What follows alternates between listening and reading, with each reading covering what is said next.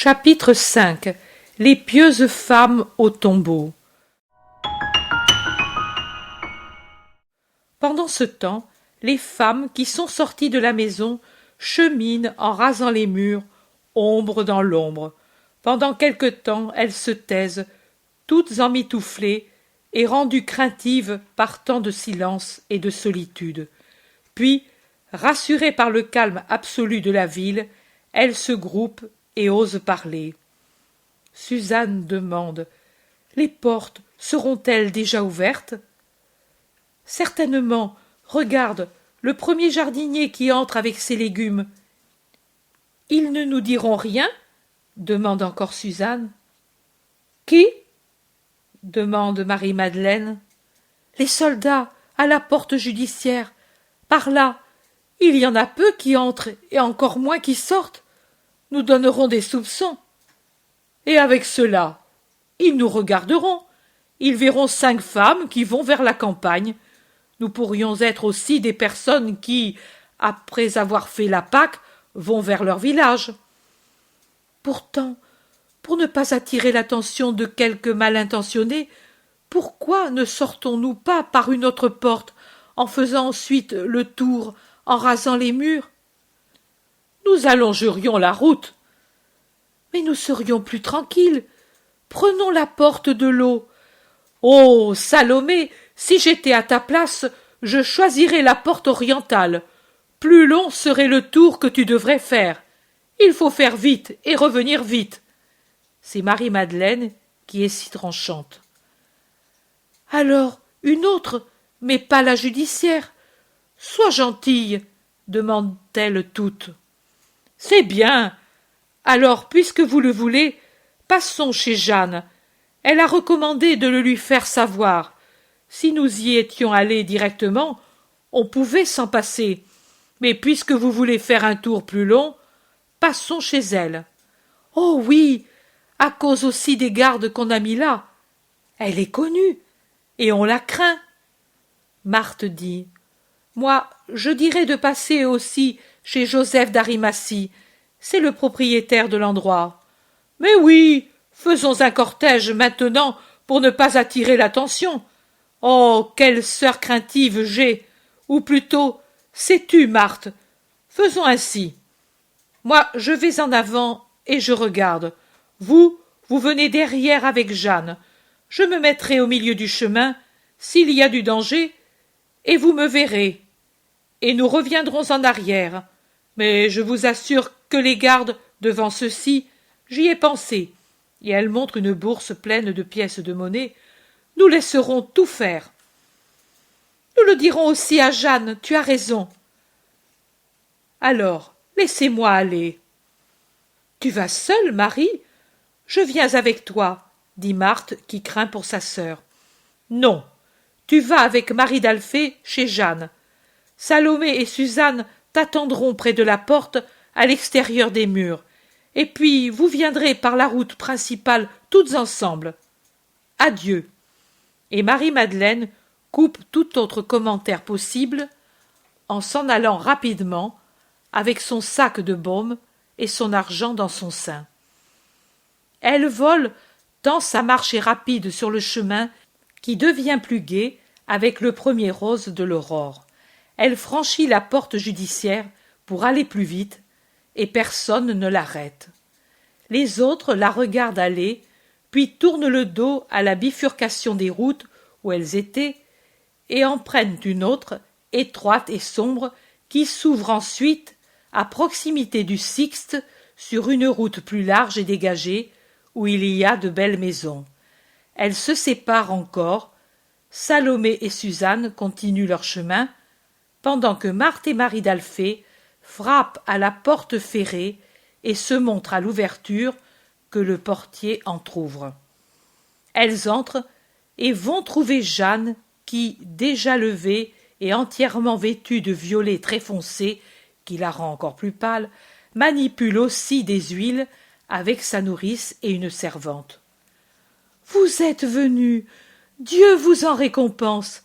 Mais si vous n'étiez pas venus, j'y serais allée de moi-même, pour trouver du réconfort, car beaucoup de choses sont restées troublées depuis ce jour redoutable. Et pour ne pas me sentir seule, je dois aller contre cette pierre et frapper et dire « Maître, je suis la pauvre Jeanne. Ne me laisse pas seule, toi aussi. » Jeanne pleure doucement, mais toute désolée, pendant qu'Esther, sa nourrice, fait de grands gestes incompréhensibles derrière sa maîtresse en lui mettant son manteau. « Je pars, Esther. » « Que Dieu te réconforte. » Elles sortent du palais pour rejoindre leurs compagnes. C'est à ce moment qu'arrive le bref et fort tremblement de terre qui jette de nouveau dans la panique les habitants de Jérusalem, encore terrorisés par les événements du vendredi. Les trois femmes reviennent sur leurs pas précipitamment et restent dans le large vestibule au milieu des servantes et des serviteurs qui crient et invoquent le Seigneur, et elles y restent, craignant de nouvelles secousses. Marie-Madeleine, de son côté, est exactement à la limite de la ruelle qui conduit au jardin de Joseph d'Arimathie, quand la surprend le grondement puissant et pourtant harmonieux de ce signe céleste, alors que, dans la lumière à peine rosée de l'aurore qui s'avance dans le ciel, ou encore à l'Occident résiste une étoile tenace et qui rend blond l'air jusqu'au vert clair, s'allume une grande lumière qui descend comme si c'était un globe incandescent, splendide, qui coupe en zigzag l'air tranquille. Marie-Madeleine en est presque effleurée et renversée sur le sol. Elle se penche un moment en murmurant « Mon Seigneur !» et puis se redresse comme une tige après le passage du vent et court encore plus rapidement vers le jardin. Elle y entre rapidement, comme un oiseau poursuivi et qui cherche son nid du côté du tombeau taillé dans le roc. Mais bien qu'elle aille vite, elle ne peut être là quand le céleste météore fait l'office de levier et de flamme sur le seau de chaux, mis pour renforcer la lourde pierre, ni quand, avec le fracas final, la porte de pierre tombe en donnant une secousse qui s'unit à celle du tremblement de terre qui, s'il est bref, est d'une violence telle qu'il terrasse les gardes comme s'ils étaient morts. Marie, en arrivant, voit ces inutiles geôliers du triomphateur jetés sur le sol comme une gerbe d'épis fauchés. Marie-Madeleine ne rapproche pas le tremblement de terre de la résurrection, mais voyant ce spectacle, elle croit que c'est le châtiment de Dieu sur les profanateurs du tombeau de Jésus, et elle tombe à genoux en disant « Hélas, ils l'ont enlevé !» Elle est vraiment désolée, et elle pleure comme une fillette venue, sûre de trouver son père qu'elle cherche, et qui trouve au contraire la demeure vide. Puis elle se lève et s'en va en courant trouver Pierre et Jean. Et comme elle ne pense qu'à prévenir les deux, elle ne pense plus à aller à la rencontre de ses compagnes, à s'arrêter sur le chemin, mais, rapide comme une gazelle, elle repasse par le chemin déjà fait, franchit la porte judiciaire et vole sur les routes qui sont un peu animées, s'abat contre le portail de la maison hospitalière et là-bas, et la secoue furieusement. La maîtresse lui ouvre. « Où sont Jean et Pierre ?» demande Marie-Madeleine haletante. « Là !» Et la femme lui indique le cénacle. Marie-Madeleine entre, et dès qu'elle est à l'intérieur, devant les deux étonnés, elle dit à voix basse, par pitié pour la mère, et plus angoissée que si elle avait crié, « Ils ont enlevé le Seigneur du tombeau. Qui sait où ils l'ont mis ?» Et pour la première fois, elle titube et vacille, et pour ne pas tomber, elle se raccroche où elle peut. « Mais comment ? Que dis-tu » demandent les deux. Et elle, haletante, « Je suis allée en avant pour acheter les gardes, afin qu'ils nous laissent faire. Eux sont là comme morts. Le tombeau est ouvert, la pierre par terre. Qui a pu faire cela? Oh, venez, courons. Pierre et Jean partent tout de suite. Marie les suit pendant quelques pas, puis elle revient en arrière. Elle saisit la maîtresse de la maison, la secoue avec violence dans son prévoyant amour et lui souffle au visage. « Garde-toi bien de faire passer quelqu'un chez elle !» Et elle montre la porte de la pièce de Marie. « Rappelle-toi que c'est moi la maîtresse. Obéis et tais-toi. » Puis elle la laisse épouvantée et elle rejoint les apôtres qui, à grands pas, vont vers le tombeau. Suzanne et Salomé, pendant ce temps, après avoir quitté leurs compagnes et rejoint les murs, sont surprises par le tremblement de terre. Effrayées, elles se réfugient sous un arbre et restent là, combattues entre le désir violent d'aller vers le tombeau et celui de courir chez Jeanne.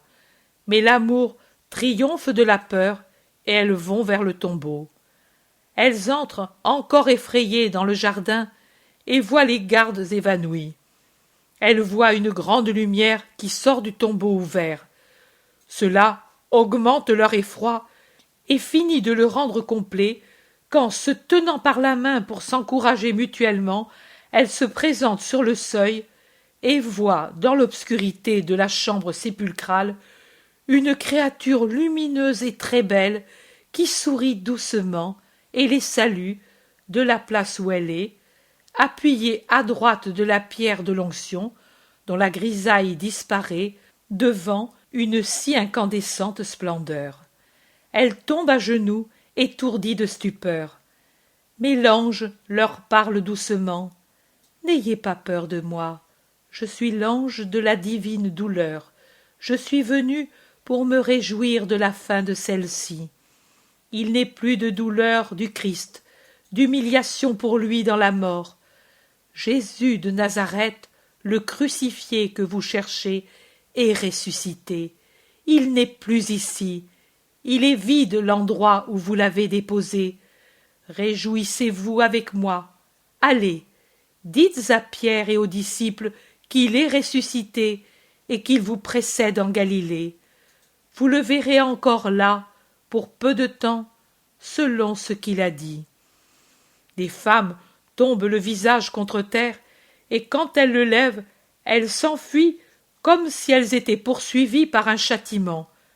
Elles sont terrorisées et murmurent « Nous allons mourir, nous avons vu l'ange du Seigneur. » Elles se calment un peu en pleine campagne et se concertent.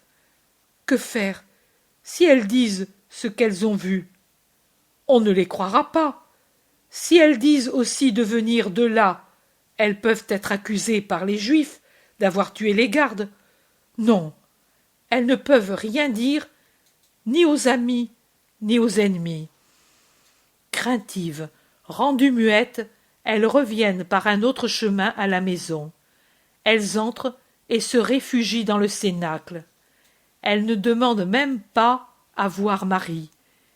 Et là, elles pensent que ce qu'elles ont vu est une tromperie du démon. Humbles comme elles le sont, elles jugent qu'il n'est pas possible qu'il leur ait été accordé de voir le messager de Dieu. C'est Satan qui a voulu les effrayer pour les éloigner de là. Elles pleurent et prient comme des fillettes effrayées par un cauchemar. Le troisième groupe, celui de Jeanne, Marie d'Alphée et Marthe, vu qu'il n'arrive rien de nouveau, se décident à aller là où certainement leurs compagnes les attendent. Elles sortent dans les rues où maintenant il y a des gens apeurés qui commentent le nouveau tremblement de terre et le rattachent aux faits du vendredi et voient aussi des choses qui n'existent pas. Marie d'Alphée dit « Il vaut mieux qu'ils soient tous effrayés. Peut-être les gardiens le seront aussi et ne feront pas d'objection. » Et elles s'en vont rapidement vers les murs. Mais pendant qu'elles y vont, Pierre et Jean, suivis de Marie-Madeleine, sont déjà arrivés au jardin. Jean, plus rapide, arrive le premier au tombeau. Les gardes n'y sont plus, et l'ange n'y est plus.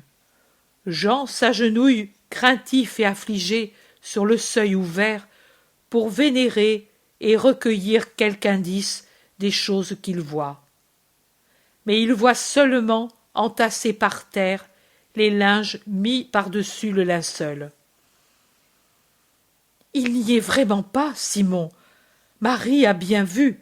Viens, entre, regarde. » Pierre, tout essoufflé par la grande course qu'il a faite, entre dans le tombeau.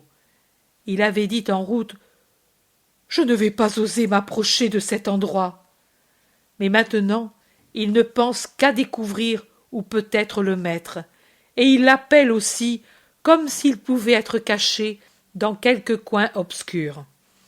L'obscurité, à cette heure matinale, est encore forte dans le tombeau, auquel ne donne de la lumière que la petite ouverture de la porte sur laquelle fond de l'ombre Jean et Marie-Madeleine. Et Pierre a du mal à voir, et doit s'aider de ses mains pour se rendre compte. Il touche, en tremblant, la table de l'onction, et il voit qu'elle est vide. « Il n'y est pas, Jean, il n'y est pas. Oh, viens toi aussi. J'ai tant pleuré que je n'y vois presque pas avec ce peu de lumière. » Jean se relève et entre, et pendant qu'il le fait, Pierre découvre le suaire placé dans un coin, bien plié, avec à l'intérieur le linceul soigneusement roulé. Ils l'ont vraiment enlevé, les gardes. Ce n'était pas pour nous, mais pour faire cela. Et nous l'avons laissé faire, en nous éloignant. Nous l'avons permis. Oh, où l'auront-ils mis? Pierre, Pierre, maintenant, c'est vraiment fini. Les deux disciples sortent anéantis. Allons, femme, tu le diras à la mère.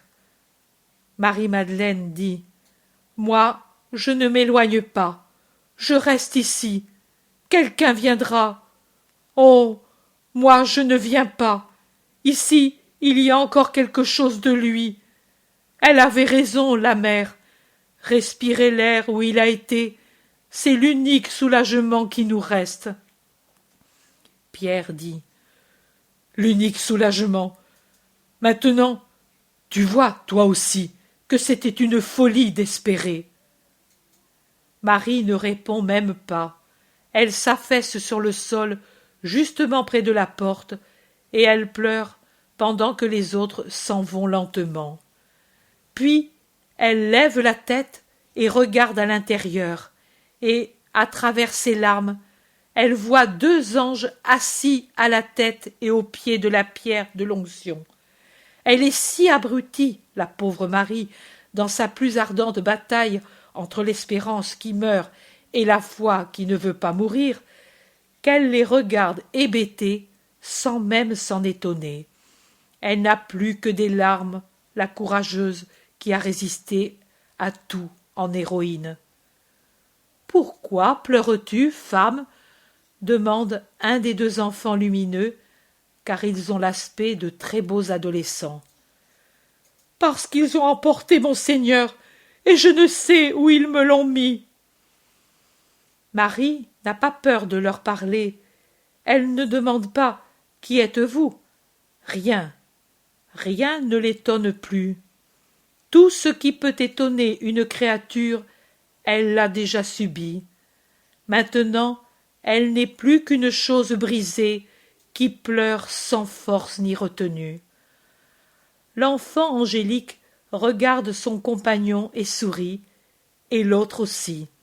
Et dans un éclair de joie angélique, tous deux regardent dehors, vers le jardin tout en fleurs, avec les millions de fleurs qui se sont ouvertes au premier soleil sur les pommiers touffus de la pommeraie.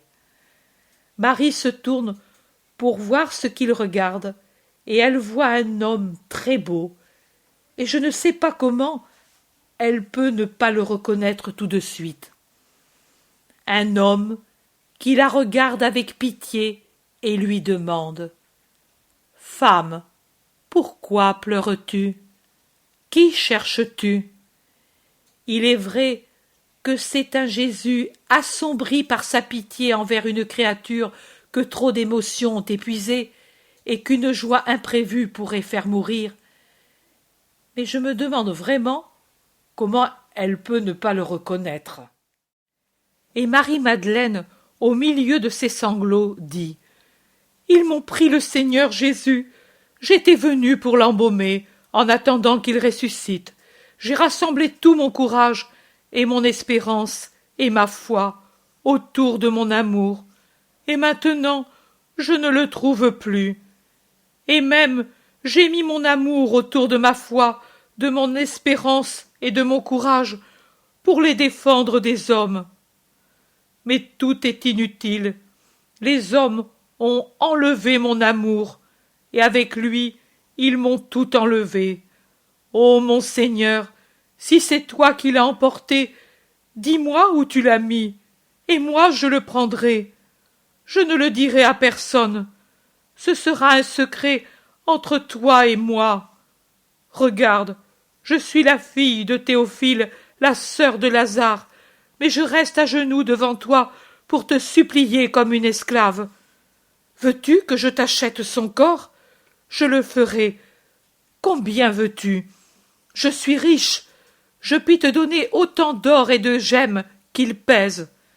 Mais rends-le-moi, je ne te dénoncerai pas.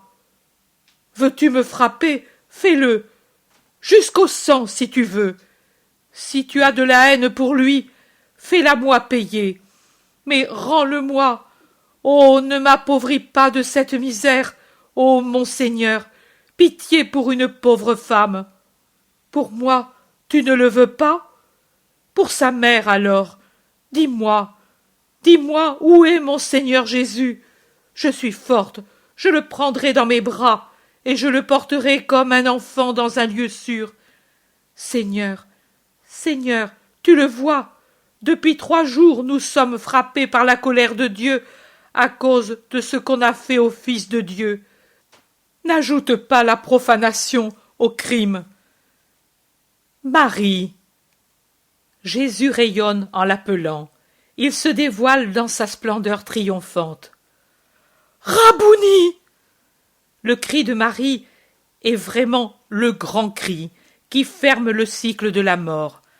Avec le premier, les ténèbres de la haine enveloppèrent la victime des bandes funèbres. Avec le second, les lumières de l'amour accrurent sa splendeur. Et Marie se lève au cri qui emplit le jardin, court aux pieds de Jésus et voudrait les baiser. Jésus l'écarte en la touchant à peine au front avec l'extrémité des doigts. « Ne me touche pas, je ne suis pas encore monté vers mon Père avec ce vêtement. Va trouver mes frères et amis, et dis-leur que je monte vers mon Père et le vôtre, vers mon Dieu et le vôtre. Et ensuite je viendrai vers eux. » Et Jésus disparaît, absorbé par une lumière insoutenable. Marie baise le sol où il se trouvait et court vers la maison. Elle entre comme une fusée, car le portail est entr'ouvert pour livrer passage au maître qui sort pour aller à la fontaine. Elle ouvre la porte de la pièce de Marie et elle s'abandonne sur son cœur en criant « Il est ressuscité! Il est ressuscité !» Et elle pleure, bienheureuse. Et pendant qu'accourent Pierre et Jean, et que du cénacle s'avancent Salomé et Suzanne apeurées, et qu'elles écoutent son récit, voilà qu'entre aussi par la rue Marie d'Alphée avec Marthe et Jeanne, qui, toutes essoufflées, disent que elles y sont allées, elles aussi, et qu'elles ont vu 2 anges qui se disaient « le gardien de l'homme-dieu » et l'ange de sa douleur, et qu'ils ont donné l'ordre de dire aux disciples qu'il était ressuscité. Et comme Pierre secoue la tête, elles insistent en disant « Oui, ils ont dit « Pourquoi cherchez-vous le vivant parmi les morts? Il n'est pas ici.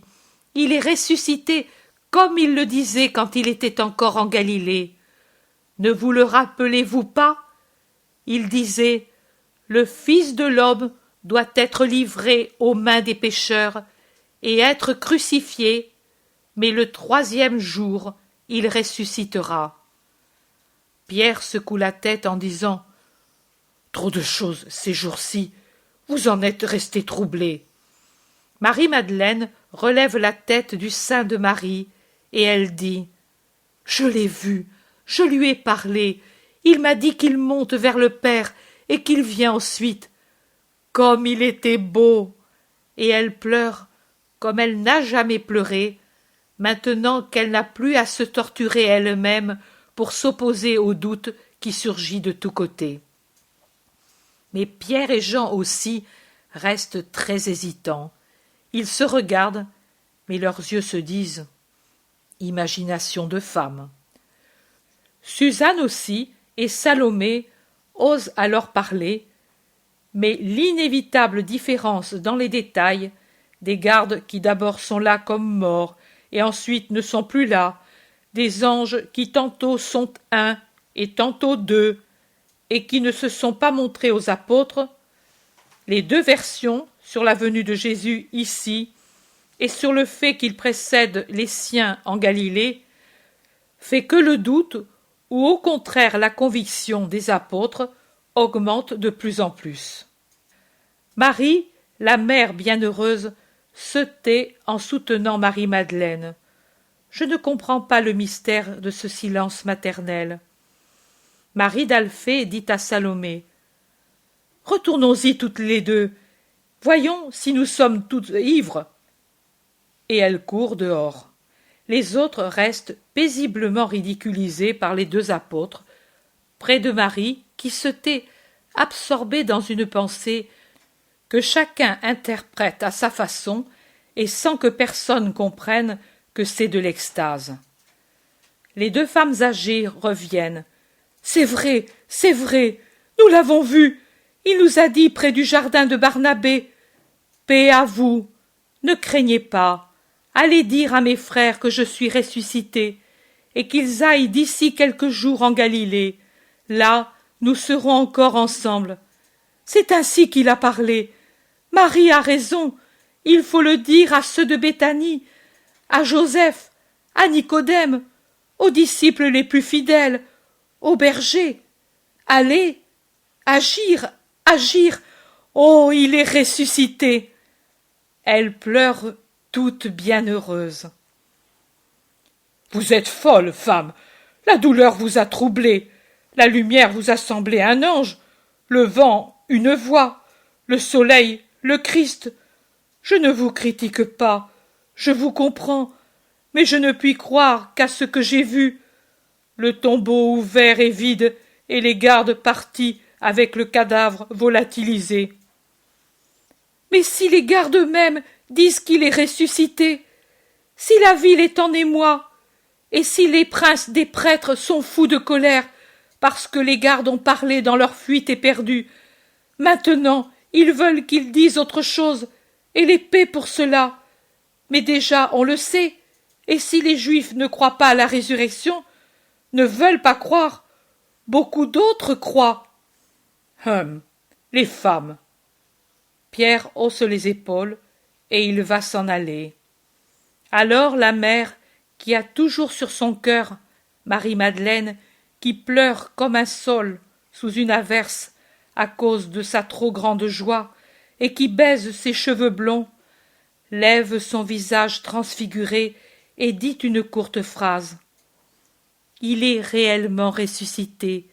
Je l'ai eu dans mes bras, et j'ai baisé ses plaies. » Et puis elle se penche sur les cheveux de la passionnée, et elle dit « Oui, la joie est encore plus forte que la douleur, mais ce n'est qu'un grain de sable de ce que sera ton océan de joie éternelle.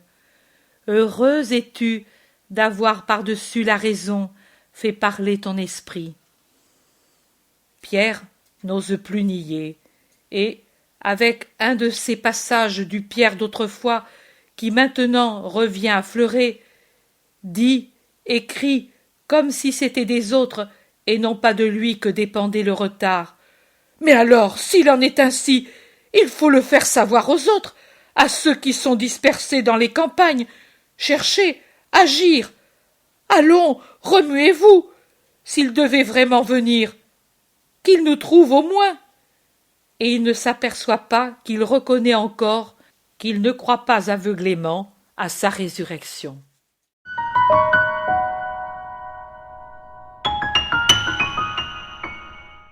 L'intérêt pour les écrits de Maria Valtorta ne cesse de grandir. Et les fruits récoltés, vocation, conversion, sont immenses. Visionnaire de la vie du Christ, de la conception de Marie jusqu'au début de l'Église, sa description des personnages, de leur psychologie, la précision des lieux où ils évoluent, des coutumes et mœurs de l'époque, est proprement sidérante et à ce jour inégalée.